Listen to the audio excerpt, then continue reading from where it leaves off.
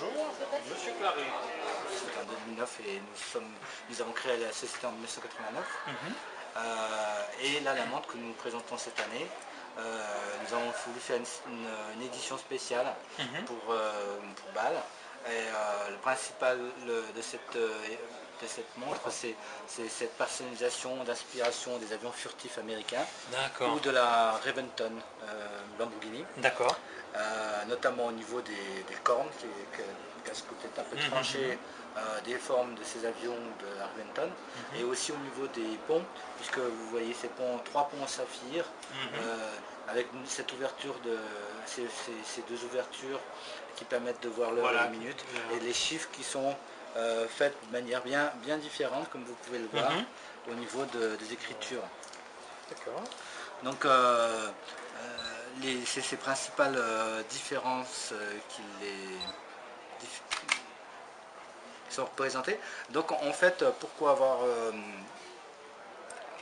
fait ce type de projet? Il faut savoir que en 1997, nous avions réalisé la première montre tourbillon avec point platine en saphir, en première mondiale, pour la maison Corum, et que cette montre devait se représenter un ensemble d'innovations, mais aussi de clin d'œil par rapport à notre différentes productions pendant ces 20 ans, notamment au niveau du tourbillon, puisque sur quasi tous nos produits on trouve ce tourbillon. Au niveau de la sonnerie, puisque vous avez Start Prison avec une sonnerie sur thème cathédrale, comme vous pouvez le voir, et une animation qui est assez sympa avec 9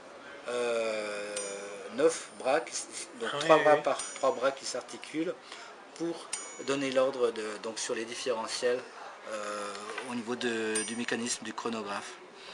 Donc vous avez au centre une colonne et donc 3 bras pour chaque fonction, et qui fait un peu penser à une sorte de fleur mécanique, ce qui donne ce côté très original de cette pièce. On avait un brevet pour ce mécanisme, c'est la première montre avec chronographe, avec différentiel, et les différentiels permettant d'avoir une force qui est tout le temps la même, contrairement à un chrono classique, à un monopoussoir, que lorsque vous startez le chrono, vous avez une perte d'amplitude, donc une moins bonne chronométrie.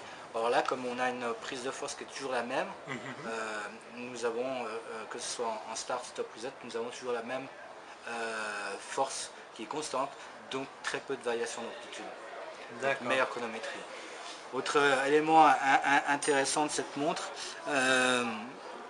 déjà la roue à colonne est côté mouvement, parce qu'habituellement dans les chronographes elle est cachée, on la voit pas, alors que là elle est devant. Alors ce qui nous caractérise ceci, c'est l'innovation, c'est pour ça qu'on retrouve donc l'innovation par ce système de chronographe, l'innovation par rapport aussi à l'heure, puisque quand vous tournez, comme vous voyez, quand vous tournez les heures, les minutes, c'est un affichage sur courroie, ce qui est novateur en soi lorsqu'on l'a sorti, et ce qui donne aussi un côté assez sympa de cette montre.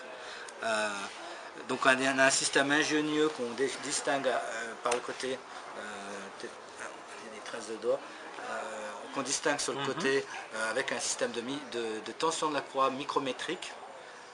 Et comme la tension de ces courroies et le fait que les courroies sont entraînées de manière constante, on n'a pas de variation d'amplitude. Donc évidemment il a fallu une force assez importante, c'est pour ça qu'on a double barrière. Mais lorsque le mouvement fonctionne, l'amplitude est toujours la même. Et stop usage.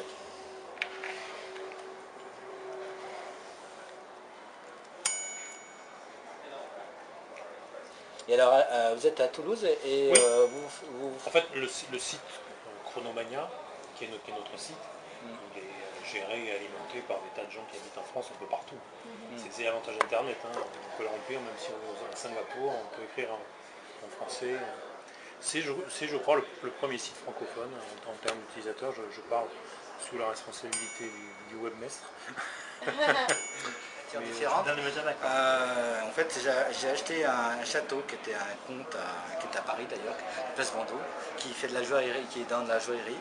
Et il a voulu qu'on fasse une montre pour commémorer la vente de ce château, qui est un très beau château à côté de Besançon. Et là on représente ce château, qui est une partie du 16e, une autre partie du 12e siècle. Très bien. Et donc j'en ai fait ce tourbillon, c'est vraiment la signature Christophe Claret. Avec celui-là, il y a un remontage mystérieux. Quand vous tournez, vous ne voyez pas le deux roues de couronne, hein, comme vous voyez. Oui, et le cliquetage se fait ici, le remontage là, et puis vous enclenchez le rochet par une couronne qui est cachée dans la lunette. D'accord. Ah oui, oui, on voit la petite roue. D'accord, ici, ça voilà. Tourbillon de la Roche. Super bien montré. Merci de nous l'avoir montré. C'est sûr que c'est étonnant parce que c'est portable. Au début, on voit ces montres, on dit c'est pas possible, ça ne tient pas sur le poignet. Puis une fois qu'on l'a, on se dit tiens, c'est curieux, mais en fait, elle est très légère. Ça. Un petit âne. Ah, c'est impressionnant.